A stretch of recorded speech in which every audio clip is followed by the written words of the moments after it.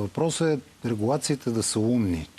Като казваме Smart Regulation. Защото, разбира се, те трябва да подтикнат компаниите към иновации, към развитие на нови технологии, към създаване на нови възможности, в които Европейския съюз да е първи.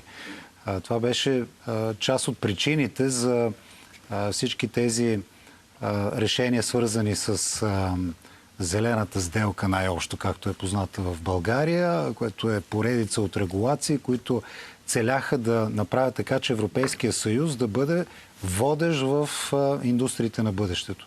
На практика се оказа, че това не е било достатъчно, даже част от тези регулации се оказаха пречка и докато ние създавахме регулации, през това време други големи пазари анализираха и правиха бързи крачки в тази посока. И Китай, и Съединените щати продължават да ни водят и разликата се увеличава.